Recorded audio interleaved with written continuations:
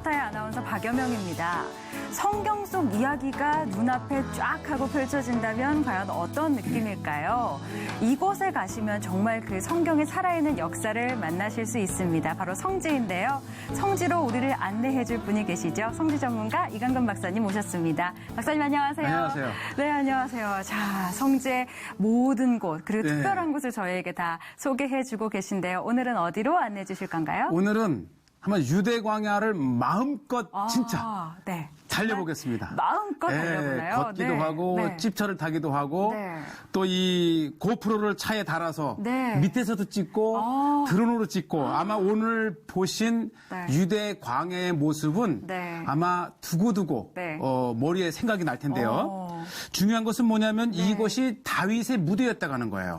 유대 광야가 다윗의 무대였다. 왜냐하면 이 다윗이 그 사울의 그 죽음을 피해서 10년 이상을 누볐던 곳인데 특히 성경의 사무엘상 23장 14절에 보면요. 사실 이 사무엘상 거의 후반 27장 8장까지가 이 사울에게 쫓기는 다윗의 모습을 이제 그린 건데 특히 23장 14절에 보면 사무엘상 다윗이 광야의 요새에도 있었고 또 10광야 산골에도 머물렀으므로 그러니까 이 사울을 피해서 온갖 장소를 이 피해 다니면서 이 도망자의 신생이었는데 그 현장을 리얼하게 보여드리겠습니다. 그러니까 사울을 피해서 다윗이 계속해서 도망 다녔던 바로 그 유대 광야를 정말 구석구석 다 살펴볼 수 있는 그런 날이군요. 과연 어떤 곳인가?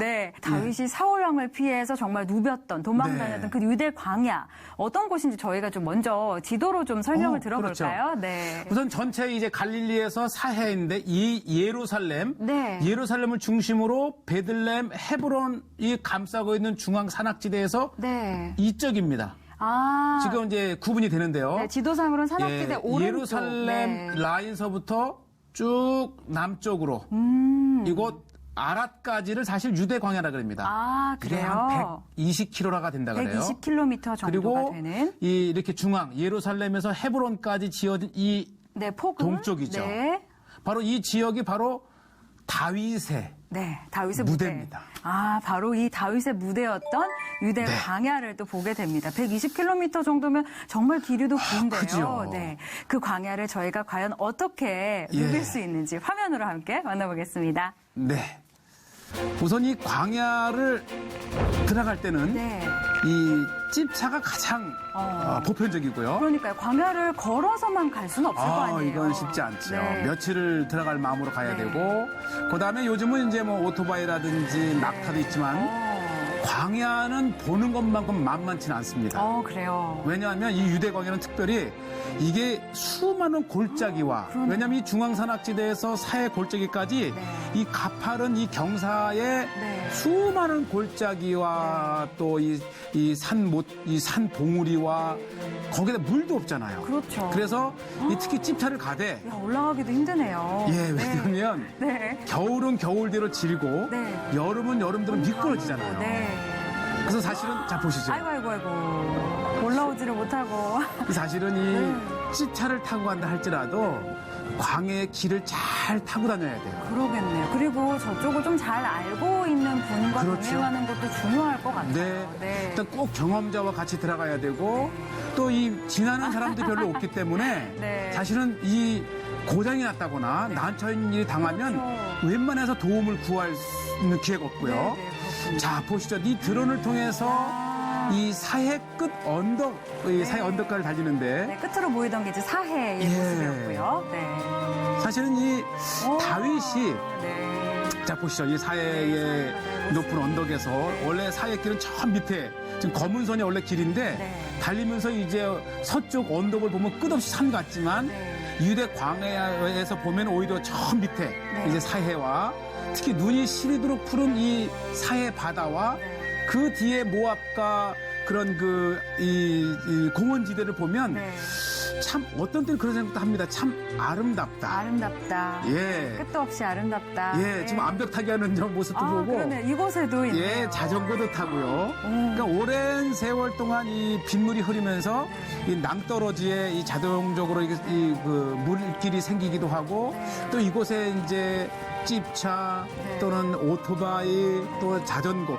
간혹가다 이 여러 명씩 트레킹도 있습니다. 아, 그래요? 예. 야, 근데 저희가 생각할 때는 이런 광야 같은 곳은 좀 이렇게 가기 힘든 곳이다, 좀 두려운 곳이다, 막연한 그런 느낌이 예. 있는데 또 현지인들에게는 트레킹도 하고 아니죠. 암벽 등반도 저번에도 하고 사실 일주일에 한 번 정도는 네. 어떻게 해서든지 광야를 가요. 그러시구나. 사실 그 예루살렘도 이게 도시거든요. 네, 그래서 네. 이 문명에서 좀 벗어나서 한적함을 경험할 때에 네. 찝차를 타고 조금만 나가도 1시간만 나가도 얼마든지 고요함 속에서 이제 말씀을 읽기도 하고 묵상하고. 이렇게 이제 묵상할 수 있는 좋은 네. 그런 있고. 네, 이제 낙타의 모습이 네, 보이는데요. 이게 사실 유대광에 낙타가 참 많아요. 양, 염소도 많고. 굉장히 가까이서 잡아. 지금 제가 이게 배고팠는데 네. 자기만 먹는다. 맛있게 있고. 먹네요. 네. 특히 이 낙타도 고기도 제공을 하고요. 아, 그래요. 낙타 젖이 또 특히 그 치즈가 유명합니다. 아, 낙타 저주로 만든 치즈가 예. 또 유명한가요? 그렇죠. 네. 그리고 지금 이제 방금 건넌 계곡이 기드론 골짜기입니다. 아, 기드론 골짜기. 그러니까 이 상류에는 이 가파른 계곡을 이루고 있지만은 이 평지를 지날 때는 이렇게 보시다시피 굉장히 넓은 네. 계곡을 이루기도 하고. 네. 그러니까 통상적으로 펼쳐져 있는 이 광야의 한 구석에 지금 이제 이 기드론 골짜기가 네. 흘러가고 있고 제가 오늘 이 따라간 길 중에 하나가 바로 네. 이 기드론 골짜기를 따라서 네. 한번 광야를 누벼봤고요. 이 기드론 골짜기는 그렇다면 좀 성경적으로 또 어떤 의미가 있는 그렇죠. 곳인지 원래 이 궁금해요. 기드론 네. 골짜기는 예루살렘과 감람산 그 예루살렘에서 시작이 되어서 유다 광야를 관통해서 사해로 흘러다가는 네. 골짜기예요. 이게 100km가 넘습니다. 아, 그러니까 이 그렇군요. 직선거리는 한 4, 50km지만은 네. 이렇게 굽이굽이 가면서 아주 긴 곳이고 자, 요 화면은 겨울입니다. 지금까지는 여름 광야를 보았다면 네. 겨울 하게 되면 특히 비가 오잖아요. 그렇죠. 비가 오면 특별히 조심해야 돼요. 아. 왜냐면 이 메마른 먼지의 그 광야가 비를 맞으면 이게 질잖아요. 네네, 그렇죠. 그러면 이게 경험이 없으면 우선 이제 겨울 하면 네. 지금 보시다시피 이제 어떻게 물을 이렇게 이렇게 모으는지를 좀 네. 보여주는 이 뭔데 시스턴이잖아요. 이렇게 물을 이제 겨울 내내 네. 모아놨다가 이런 식으로 이제 퍼놓으면 네. 이제 저 물을 양과 염소와 네. 또 이제 낙타가 먹잖아요. 네, 그러면 정화시설을 사람도 거쳐서. 먹고. 네, 그러니까 겨울에는 우기인 거죠? 네. 그래서 겨울이 필요합니다. 그렇군요. 겨울이 없다면 광야에는 사람이 살 수 없을 네. 거예요. 그러면 사막의 겨울은 조금 더 춥나요? 특히 이스라엘의 이 겨울은 춥고 네. 뭐 0도까지 떨어져요. 네, 아, 때로는 그래요? 눈도 오기도 하고요. 몇 년에 한 번씩. 그래서 이 겨울에는 특히 자 보시죠. 여러 대의 찝차가 들어가야 되는 이유는 네. 이 여름에는 분명히 지났던 길인데 아, 이게 겨울에는. 그럼요. 질어버리면 질척거리니까. 비가 오면 네. 못 건너게 되잖아요. 자, 이제 같이 가서 좀 도움을 받아야 되는 거죠. 그럼요. 아마 이 모습은 겨울에만 볼 수 있는 촉촉하게 젖어 있는 광야의 모습인데 네. 이때서야 비로소 풀이 자랍니다. 아, 이때 자란 풀이 네. 자 보시죠. 이때 자란 풀이 이제 여름 내내 이제 그 양들의 먹이가 되고 네. 자 보시죠. 이 기드론가의 마르 사바 수도원입니다. 마르사바 수도원. 예. 이렇게 항상 골짜기에 보면 수도원들이 있는 게 참 신기해요. 그렇죠. 네. 일단은 이제 좀 더 이제 광야 깊숙이 들어가고 그 다음에 이제 사람이 접근하기 어려운 네. 이 절벽가에 네네. 그 다음에 이것도 역시 이 예루살렘으로 연결되는 기드론 골짜기에 네. 이 수도사님들이 내가 영적 예루살렘에 이제 지킴이가 되겠다라는 그런 파수꾼처럼 네. 그 역할도 하고 제가 네, 사실 셀프 광야에 나가면 카메라로, 별걸 다 네. 아는데 이건 이제 고프로로 네. 셀카를 한번 해보는 거예요. 야. 예. 오른손으로 이렇게 또 셀프 카메라를 찍으면서 사실은 올라가고 제가 이게 계십니다. 얼마나 네. 이 가파른 계곡으로 네, 올라가는지를 그러니까요. 보여주려고 했는데 얼마나 잘 표현이 됐는지 네. 모르지만 광야에 나가면 뭐 별거 다 해보는 거니까요. 그러니까요. 또 저희 시청자들 또 보여주시려고 또 여러 그럼요. 가지 각도로 또 담아주십니다. 네. 특히 이제 오늘 이 찝차를 타고 제가 함께 동행했던 분이 네. 일산에 있는 거룩한 빛 광성교회 아, 네. 일산 광성교회 그 정성진 목사님 교인들이 마침 왔을 때 한 부탁을 해봤어요, 제가. 광야 한번 들어가자. 아. 근데 이 겨울에 들어간 광야는 굉장히 조심해야 돼요. 저 혹시 지금 방금 차가 걸려서 지금 미인 거죠? 그렇죠. 네. 제가 여름에는 이 길을 네. 정말 수십 번 지나갔던 길인데 네, 네. 겨울에 오. 빠져버린 거예요. 저기 바퀴가 저런 상태가 되니까 앞으로 힘을 못 나가기가 받죠. 힘들겠군요. 네. 그래서 사실 아이고, 광야는 뒤로. 가기도 힘들지만은 네. 아주 이때 애를 먹었는데 덕분에 이제 우리 또 광성교회 순례단들은 좋은 네. 아유, 경험을 막 했는데 박수 치고 계십니다. 얼마나 빠졌다고. 긴장을 네. 했으면. 그래서 이 사실 광야는 이 사실 이 광야 자체가 주는 그 맛도 있고 사시사철 다 주는 맛이 있고 또 조금 전에 말씀드린 대로 이 다윗이 네. 이 광야를 10년 이상을 이곳에서 사울을 피했습니다. 사실 왕으로 이 기름 부음을 받고도 정말 또 보시죠. 왼쪽에 이제 낭떠러지예요. 그러니까 광야는 거칠고 이 네. 겨울 광야는 특별히 이제 보시게 되는데 이러한 훈련을 통해서 다윗이 왕이 되었다고 하는 것이고요.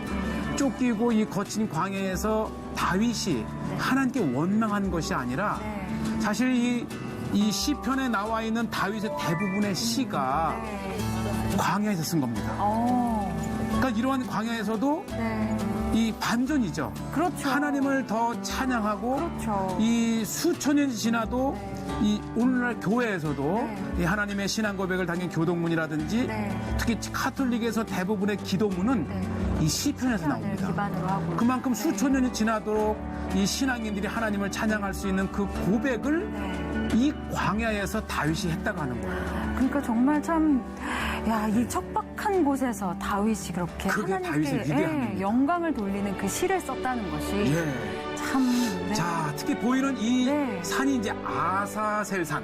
아사셀산. 사실 아사셀을 찾기 위해서 이제 광야를 찾았는데 네. 이 산은 매년 10월경에 대속죄일이 있습니다. 네. 대속죄일을 맞이하면 유대인들은 그 두 마리의 염소를 선택해서 이제 안수를 하고 하나는 이제 여호와를 위하여 하나는 광야로 내보내는데 특히 광야로 내보내는 이 염소는 예루살렘에서 이곳까지 12km입니다. 네. 12km 정도를 염소를 끌고 나와서 이곳에서 안수하고 광야로 보낸다. 그 구절을 제가 한번 읽어볼게요. 네, 저희가 좀 성경을 잠시 보고 갈게요. 레위기서 16장 네. 16장 8절에서 9절 10절을 보게 되면 먼저 8절에 두 염소를 이제 먼저 뽑는 거죠. 네. 뽑아서 하나는 여호와를 위하고 하나는 아사셀을 위한다. 아사셀을 위한다. 그래서 9절에 보면은 이제 이 염소를 뽑은 곳을 이 10절에 보면 아사셀을 위하여 제비 뽑은 염소는 산채로 여호와 앞에 두었다가 그것으로 속죄하고 아사셀을 위하여 광야로 보낼지니라. 그런데요, 이 산의 구절을 보면 이 산에 낭떠러지 굉장히 날카로운 칼날과 같은 바위가 형성이 되어 있습니다. 그러니까 그 경사면에 네, 조금 날카로운 전에 화면을 바위들이 보셨는데 있다는 거죠. 그러면 네. 아사셀을 묶어서 그냥 보낸다고 하는 것은 사실은 굴리는 거예요. 그러면 이 염소가 떼굴떼굴 굴러가면서 그 날카로운 바위에 이제 피투성이가 되면서 죽는 거죠. 그거는 사실 어떤 속죄의 의미 그런 게 있는 건가요? 그렇죠. 의미가? 죽어야만이 네. 1년에 한 번씩 이스라엘의 백성들의 죄를 속한다. 그러면 어떻게 보면 우리 예수님의 우리를 이제 죄인이 우리를 구원하시기 위한 그 예수님의 희생을 표현한 거죠. 유대인들은 매년 아사셀 염소를 죽임으로써 죄를 속죄를 받았다면 예수님은 단번에 죽으심으로 이제 우리의 온 인류의 죄를 속하셨다고 하는 정말 오늘은 이 아사셀 염소와 예수님을 연결할 수 있는 바로 그 현장을 오늘 이 시채널을 통해서 보신 겁니다. 이 산을 아사셀 산이라고 하지만은 또 현지에서는 하르몬타르. 하르몬타르 즉 아사셀 산을 의미합니다. 그러니까 하르몬타르라고 부르는 현지어로는 그렇게 부르는 아사셀 산까지 유대인들은 아사셀 산이라고 불러요. 그렇군요. 저희가 아사셀 산까지 오늘은 만나봤어요. 그런데 정말 그 유대인들은 매년 그렇게 어떻게 보면 속죄를 하는 거잖아요. 그런데 우리는 예수 그리스도의 이름으로 말미암아 죄인들 우리는 온 인류가 단 한 번의 구원을 받았으니 이 또한 얼마나 큰 은혜인가. 그런 의미에서 네. 우리 기독교인들도 이 아사셀 산에 한번 가서 네. 유대인들은 매년 염소를 죽였다면 네. 우리는 예수 그리스도의 그 단번에 죽으심을 기억하면서 정말 뜨겁게 네. 감사의 찬양을 네. 드릴 만한 장소가 아닌가 생각이 됩니다. 그 아사셀산은 유대 광야에 가면 볼 수 있는 거죠? 네, 12km. 네. 그러나 걷는 거는 좀 힘들고 네, 무리가 있고. 찝차를 타고 네. 한번 가볼 만하죠. 네. 그리고 또 저희가 오늘은 또 겨울의 모습을 또 봤잖아요. 예, 맞아요. 그래서 광야에서 또 비가 내리는 모습을 봤단 말이에요. 네. 그것 또한 또 색다른 경험이었던 것 이 같습니다. 푸르름이 네. 이 뒤덮여 있는 광야의 모습. 네, 알겠습니다. 네. 자, 저희가 지금 녹화 현장을 네. 이제 계속해서 저희가 이제 SNS를 통해서 생중계를 하고 있잖아요. 예. 그런데 이 또 녹화 현장을 보시면서 많은 댓글들을 남겨주셨습니다. 네. 그 댓글들을 저희가 좀 소개해드리도록 할게요. 네. 자, 먼저 조명식님께서 생방송 시청 중입니다. 샬롬. 네, 그래요? 하고 남겨주셨고요. 네. 그리고 현재민님께서 우리의 왕 애청자이시네. 촬영할 예. 때 비가 왔나요? 차 창문에 빗방울이 보여요. 그럼요. 네, 엄청 라고 또 왔습니다. 남겨주셨어요. 바람도 불고. 그리고 이윤정님께서는 네. 광야 투어했던 그날이 아직도 생생해요. 좋은 영상 감사합니다. 하고 이렇게 남겨주셨습니다. 아마 이 C채널의 이 네. 생방송이 비록 네. 이제 온전한 방송은 본방이 있겠지만은 네. 이 SNS를 통해서 네. 전 세계에서 네.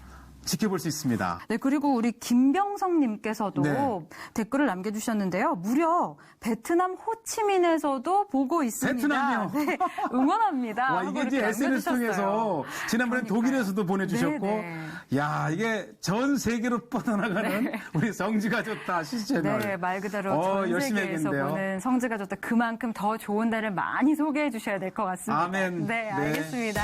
자, 성지가 좋다 여기서 마무리하도록 하겠습니다. 성지가 좋다는 인터넷과 다시 보기를 통해서 다시 시청하실 수 있습니다. 많은 관심 부탁드립니다.